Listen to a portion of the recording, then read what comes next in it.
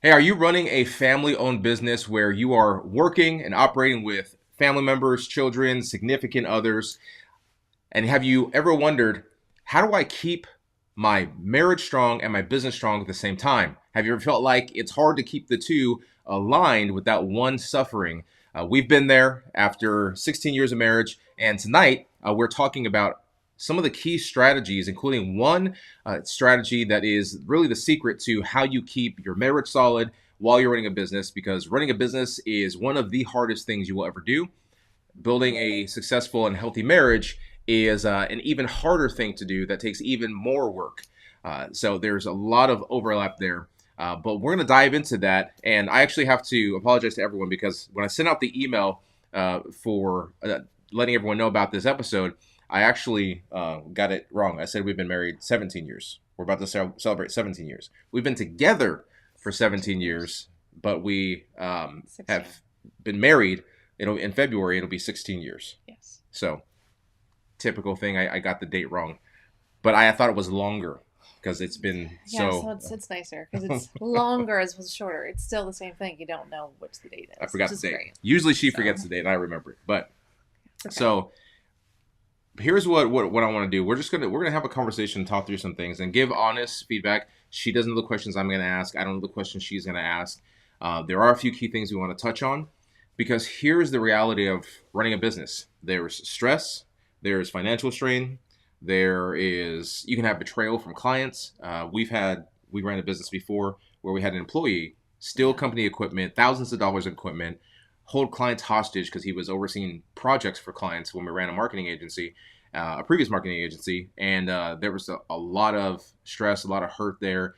You've probably been through things like that, but let me know in the chat, in the comments, either on YouTube or Facebook, what's one of the challenges that you've run into in running a business with your significant other, with your spouse, and we'll address that.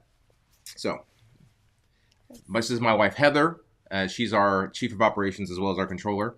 Yes. Smartest, not just smartest woman I know, but smartest person I know, and Oh, that's thank why you. I pay you to she say that. It's okay. she pays me. That's why we run business together. So let's see. Asha says business partners trying to drive wedges. Ooh, that's a good one. That's a really good Um, one. We've had that. yeah, We have had that. talk about that experience. I don't know which specific one you're referring to.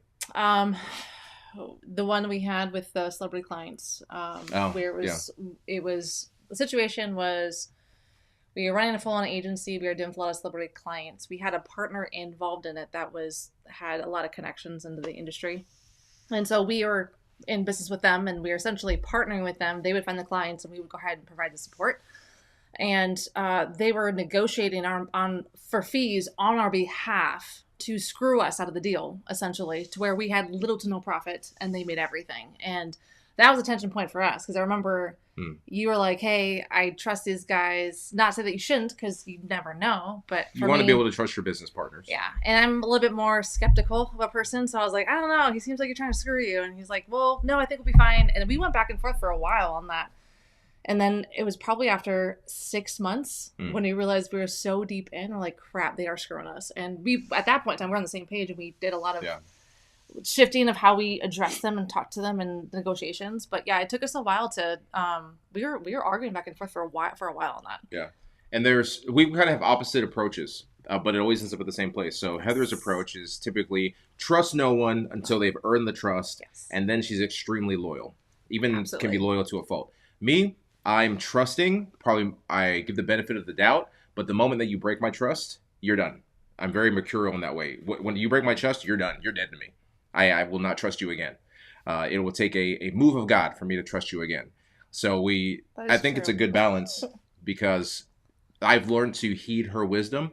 And this is a key. When you're in business, not everyone's going to be on the same page, but the two of you have to be on the same page. And when you're not on the same page, you have to learn how to have those discussions to identify where we misaligned and where do we get on the same page. Because if clients, partners, whoever in your business can drive the two of you apart, they can Yeah, destroy the business. We've seen that absolutely. happen with couples that are running business and the business just falls apart. It's in the process of falling apart because the marriage falls apart. Yeah. And so in the same way that you need to protect your business partners and those relationships, I like to think of it like the inner circle. If you've ever seen the movie Meet the Parents, you have Robert De Niro's character. Is that So like cool. that? He talks about the circle of trust. And so we had a conversation once when we were going through some things that were difficult. We identified, okay, here's our circle of trust. In the circle is us. Then there's another layer outside of that where the kids are. And then there's a layer outside of that where extended family is. Another layer outside of that where friends are. And then beyond that is strangers, people like that. That inner circle, you have to protect. And that's just you and your spouse. The kids don't get in there. It's protected space. In-laws don't get in there. Don't be talking to your mother-in-law about your husband. Friends don't get in there. Yeah. Friends don't get in there. It's like, it's us. Yeah. If there's issues, it's us. So at times we would have to ask each other, well, is this issue an inner circle issue with us? Or is this issue outside of us and it's impacting us? And now we're bringing that frustration or drama into the circle. And I would say actually majority of the time in the past that we have had struggles in marriage is because the outside influences came into our inner circle and stirred up trouble. And we were barking back and forth to each other, not realizing that we were frustrated because of the outward circle for frustrations, and we were taking that out on each other. Yeah, and it wasn't always negative. Like, No. I'm frustrated with you because you're doing something wrong. It was, I'm frustrated for you, but frustrated for your spouse, often it comes across the same as frustrated with your spouse. No, it never does. I'm just kidding. It feels the same. Now, as men, because we believe at Altru Partners, there are two genders. If that offends you, then that's okay. You live in a free country where you have the right to be offended and wrong. Men are very driven by the thing we do. So we don't tend to, nobody likes criticism, but I think, and you can tell me if your perspective, I think for men, it hits harder when we are trying to protect and provide and build. And in most businesses, family-owned businesses, is typically the man who is leading the business, or if he's really smart, he carries the vision like I do, and then allows his wife to really run the operations. That's how our dynamic works. I carry the vision, and hey, this is the direction we're going, and then she makes sure we stay on point, and really make sure I stay on point, make sure I'm doing the things I'm supposed to do. Yeah, being told you're wrong doesn't carry well. So it's learning how do you communicate. So protect that circle, but when there are frustrations and factors outside of that inner circle that are impacting the core relationship, then you have to have that conversation. Okay, what is it? And it's great for business, it's great for marriage. The language you use.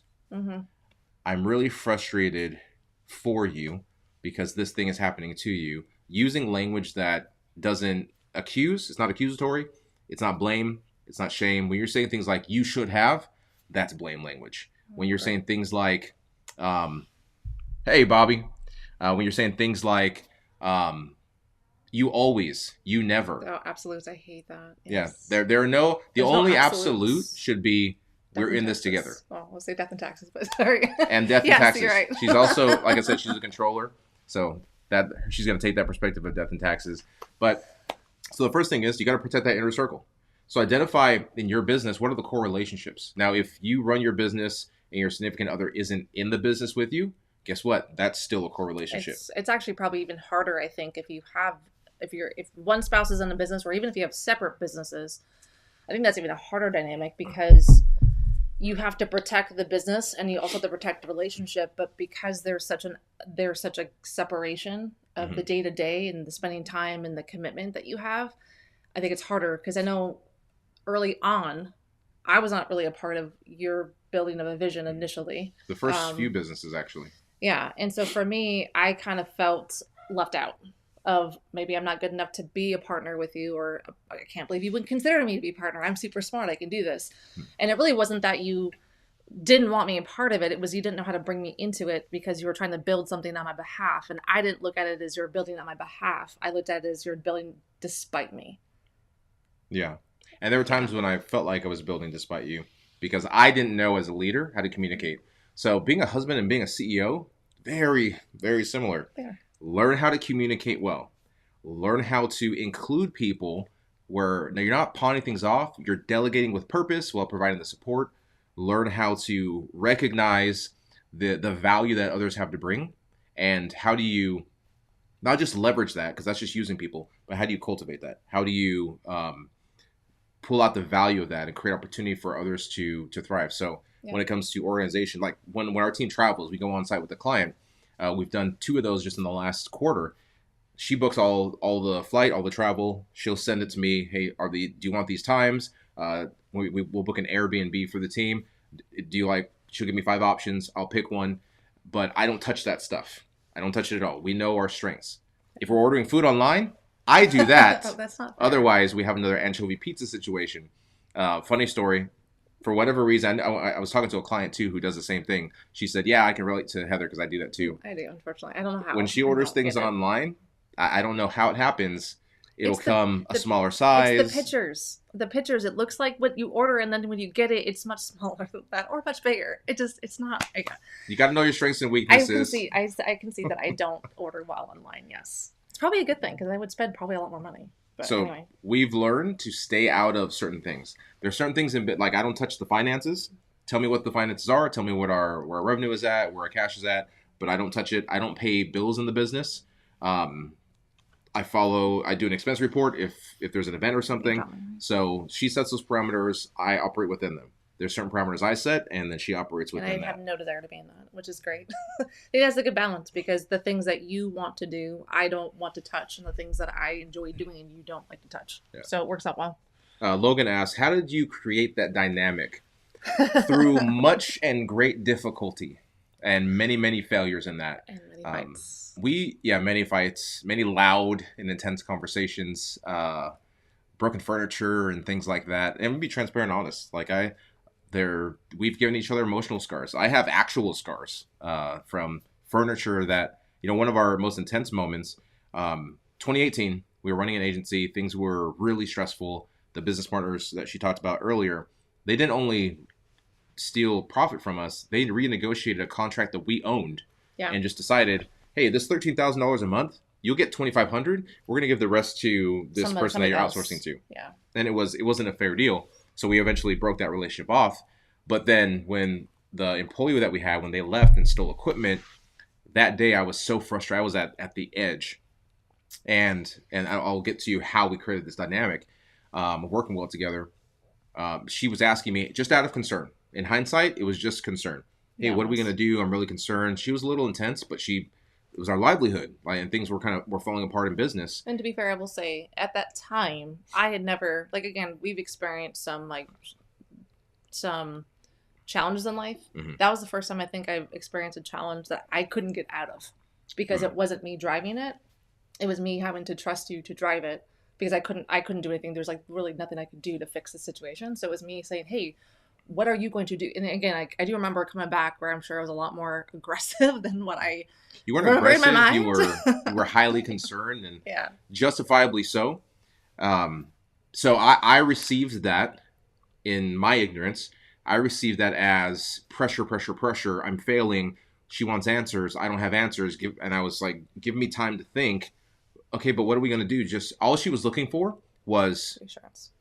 Reassure me that you have a plan. Reassure me that you're going to figure it out. So I learned in that moment that true confidence is knowing you'll get it done, even when you don't know how you'll get it done. Yeah. So now I operate with confidence. If they ask how are we going to get it done, I don't know yet, but we'll get it done. I'm not worried about it. Here's why I'm not worried.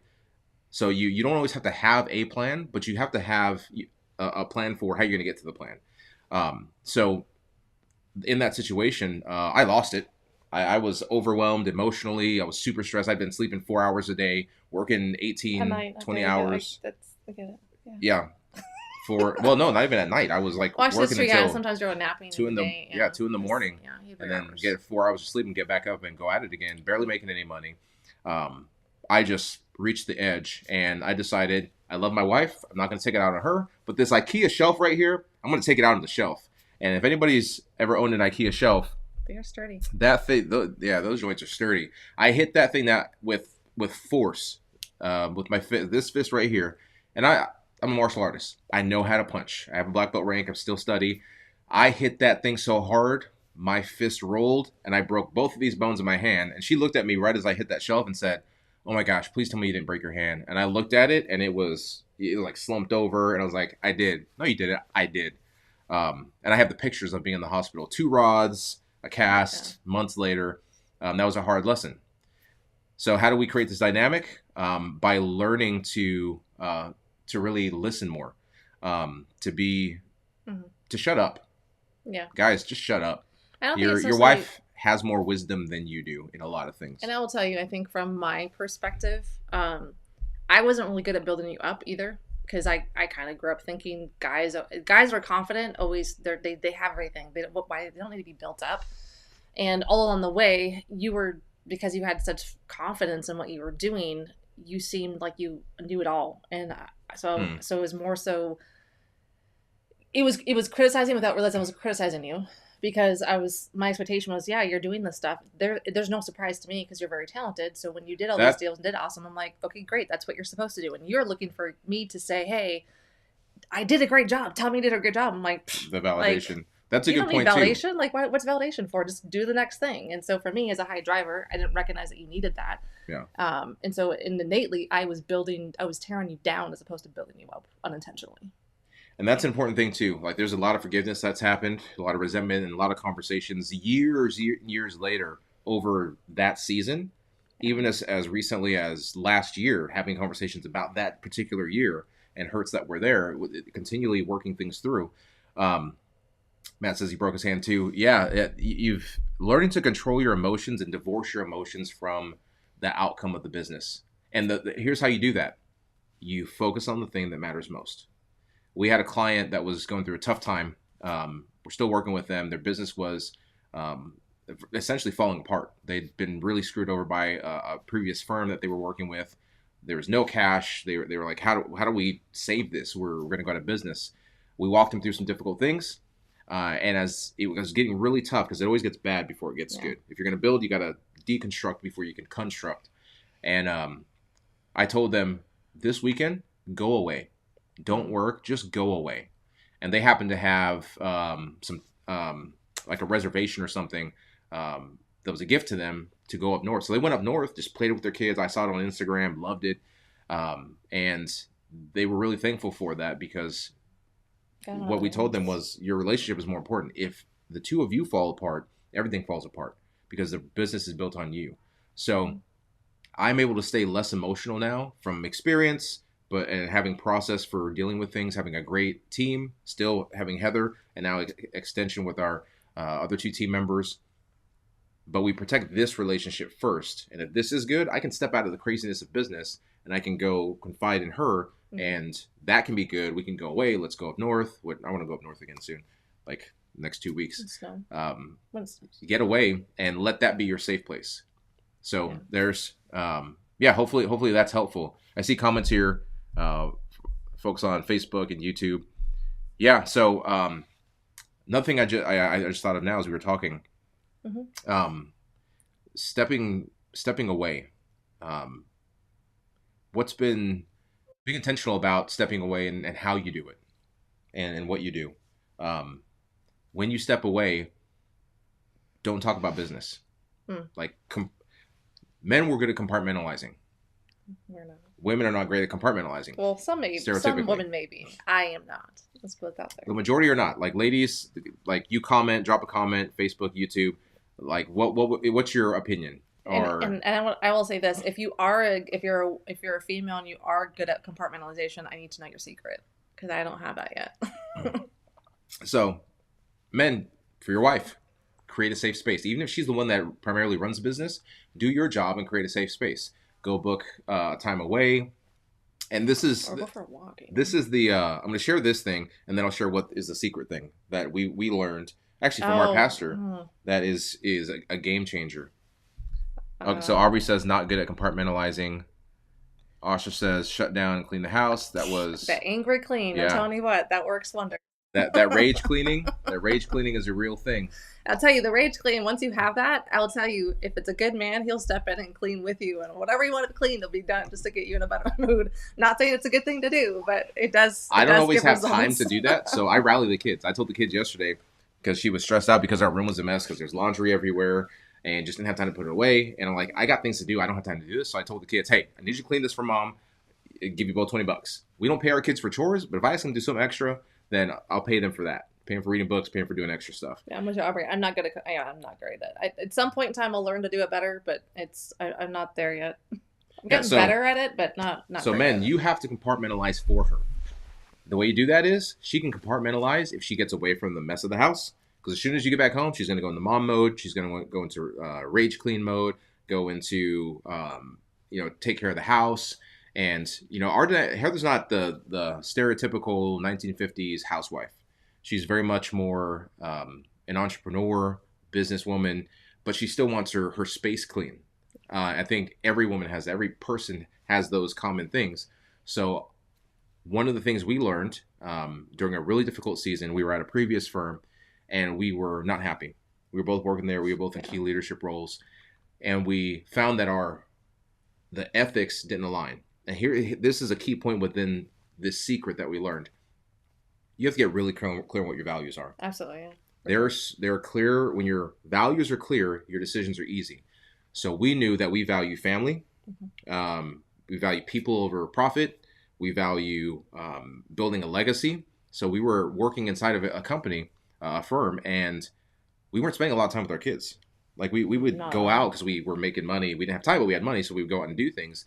But we didn't have a lot of time. We didn't see the kids often. It was very transactional when we did see them because we were so tired from 12-hour days, and that didn't include the 45-minute commute each way. So that's another hour and a half on top of that. Yeah. So we sat down and said, for this to make sense, this isn't going to make sense. So what we did was we actually, I went and booked a resort for 3 days. That's 3 or 4 days. 3 or 4 days. And we went away and we did what's called a vision retreat, where we actually, if you want this, feel free to shoot me a message on Instagram or leave a comment on YouTube. There's an actual booklet, and it's not a course, but it's like a program. Really simple, walks you through. But we took the vision book, and it walks you through all the facets of your life. Mm-hmm. Emotional, family, business, financial, recreation, spiritual. And we spent the time talking through these areas and deciding, what do we want? Let's create the vision of what we want life to be.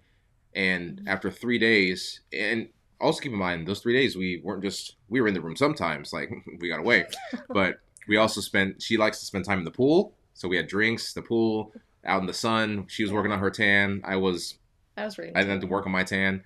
Restaurants, like go out and have fun, because it's about connecting with each other, and then talk about the vision. Connect with each other, talk about the vision. So it was a good time to refresh, to connect in a way that honestly as couples we don't often get to, because you go from work and you're in your work roles, and then you go home and you're mom and dad, and mom and being dad, those aren't the sexy times that they can be, just saying. Yeah, they can be. Watch a guy clean, watch a guy watch kids. They'll do something, just saying. You do that. I'm not saying that you don't do that, because you do. I just vacuum with my shirt off. That's what I do.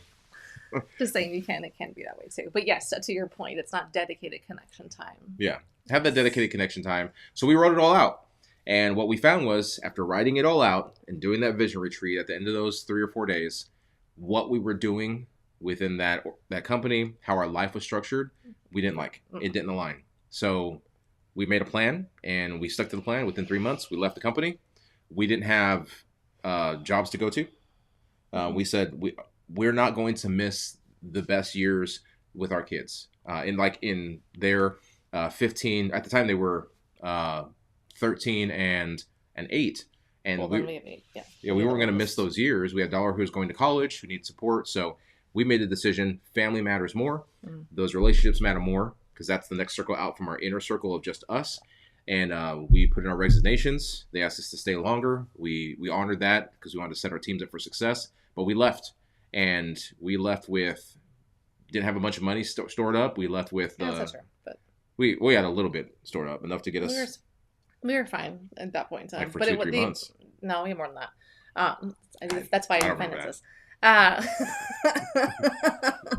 The point was, though, that that decision for us, that's how we really got aligned. And I will tell you, leading up to that, for about 3-4 months before that, we were not aligned in any way. In fact, he was telling me, you're working too much. I'm not a priority to you. Your kids are not a priority to you. Like, if you this is the way you want to operate, I don't even want to be married to you. And I was Mm. like offended because I'm like, okay, I'm doing the best that I can, being everything to all things to all men, and I give a little bit to this, and this person's mad. And so for me, from my perspective as a mom and a wife, and even as a woman, I was really frustrated because I was doing my hardest to do everything and be everything for everybody. And it felt like in the moment of here, I'm working really hard, and I thought I was doing a good job, to be quite honest with you. I'm like, I got this, I'm handling everything.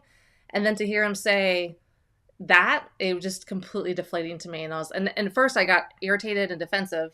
But when we did that vision retreat, and I understood the heart behind what you're telling me of here's what quality time meant to me. Mm-hmm. Here's what building up means to me, and here's what you do that makes me feel loved. I realized, crap, I'm not doing any of the things that make Yeah. you feel loved or make you feel appreciated. And that, when I realized that and took a step back, you're right. I wasn't doing the things. I was doing all the things without being. Yeah. And then there's a key point there. Doing versus being. Business, everything is about being. And I said this to a young guy last night. We have a men's group at our church, and he's a young kid in college, and he said, I always have anxiety about the future and what I'm going to do, and is it going to work out? Am I going to do the right thing? Am I going to mess up? And I looked at him and I said, I'm 41, and one thing I've learned is that it's not about what you're doing. We think that our being, who we are as a person, how we operate, how we live, is a product of what we do, and that's the complete opposite. That's toxic. That's the guy who builds a successful company, ruins his marriage, gets married 3 times to someone half his age, and then everything just falls apart. Exactly, Estranged half with his his age. kids. That's usually how it goes. That's usually how it goes. He's trying to get back to his youth, which is just sad. You want your doing to grow out of and be rooted in your being. Yeah. Are you being present? Are you being intentional? Are you being connected? Are you being loving? Are you being inspirational? Are you being I think, as I already said, being intentional? All of your doing will be a byproduct of that. So we'll pull back at times, and I don't work on the weekends. Rarely do I work on a weekend. Even as we're building our business, this is a busy season for us. I focus on being so that I can go back into the week and I can do more. And there are a lot of people who will argue and say, well, you're never going to become a multimillionaire or what is it, a 10 million plus net worth if you're not working 7 days a week. And my response to that is, you might not, but watch me, I will, because I'm not going to lose what's most important to me. I've been Yeah. broke. I've made lots of money, and in both of those scenarios, the thing I cared most about was my wife and kids. So I might as well protect that. And if I can't get to build $100 million company because it would take me away from my family, then I'm not going to. I told our team members, Kirk and Tim, when we all sat down, we talked about how big do we want this company to be. And I said, I want to build as big as we can without sacrificing our families and the things that matter most. So Kirk's not here tonight. He said, hey, Being a good dad. he's being a good dad. My kid has a band recital or something. Are you cool if I'm not there for the call? I'm like, yeah. Like, you don't even need to ask me that. Like, go do the dad thing. That matters more. So those are the things that really matter. So you gotta protect that. Get away. Focus on being. So challenge for you. Ask yourself right now, how are you being with your spouse? As a CEO or whatever your role is in your business, how are you being on a daily basis? Are you being impatient? Are you being short? I can be short. I can be irritable. I'll admit I was a little short before we started this, trying to make sure everything's set up. And Here I was like, you're awesome, you're great, you're amazing. Leave me alone. I'm like, if I'm in go mode, like I don't need that. I'm in go mode, so I have to throttle that back. But also, reality, as we're getting set up for this, I get a call from my oldest daughter. She's at work. Her phone's dying. She needs a new phone. The battery's dying, and her phone dies. She can't get home, and she doesn't have a car right now, so she's gonna have to Uber home, and she couldn't. So I had to. Okay, I got to be dad. That's who I have to be right now. So I organized that for her. I got her an Uber, got the communication, coordinated with my other daughter to communicate with her, and that all got sorted. And that was like 90 seconds before we started here, and then jumped on here, and now I need to be present. I need to be here. You did a great job. Thank you. Yeah. But I was like frazzled beforehand. I don't like being frazzled. I don't like the word frazzled. It's not very masculine. So it's, you got to be intentional. Focus on who you're being, not so much what you're doing. So, Anything else? There's a lot of things we could say, but I feel like we Um, hit some good stuff. I think the question I have for you, just because knowing how I operated before versus how I operate now, what's the biggest shift that you've seen in me and how I support you between when we first started and now? I would say you've learned who I am, Hmm. and you've learned how to identify what I need when I need it. Hmm. When to, yeah, just being, if I'm really frazzled, like how to bring me back, and what do you need, ladies? An easy question to ask your significant other, your husband, and really ask each other is, what do you need? 4 words that can completely change whatever the situation is. If they're stressed, if they're angry, if they're worried, what do you need? And what you're really asking them is, how do you need me to show up right now? How do you need me to be? Who do you need me to be? And then being honest and communicating that I just need a hug right now.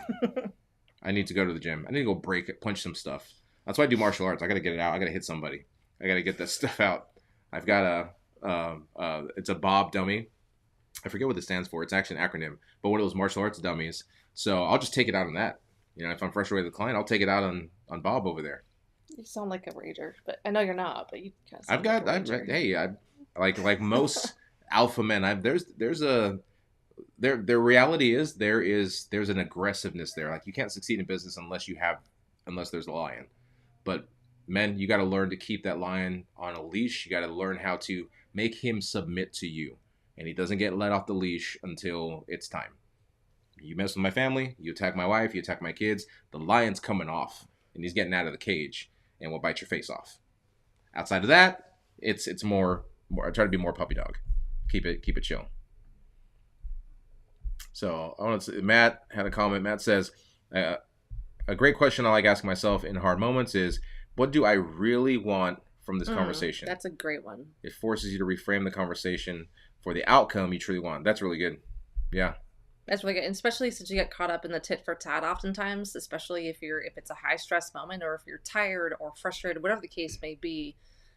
In those moments, it's easy just to kind of lose focus of what you're actually talking about. And so I do this a lot where I will kind of go, there's, taking his piece, I'll say my piece. And I've learned to just allow him to say his piece. That was actually hard for me early on because as a business partner and as a wife too, again, two separate functions, but sometimes those lines are a little bit blurred, is allowing him to say what he thinks without being judgmental or without criticizing and saying anything, and getting better at that. I'm still not 100% great at it because I'm very opinionated. I like to have comments, and I like to control things. And so when you can't control people's emotions, that kind of gets hard to do.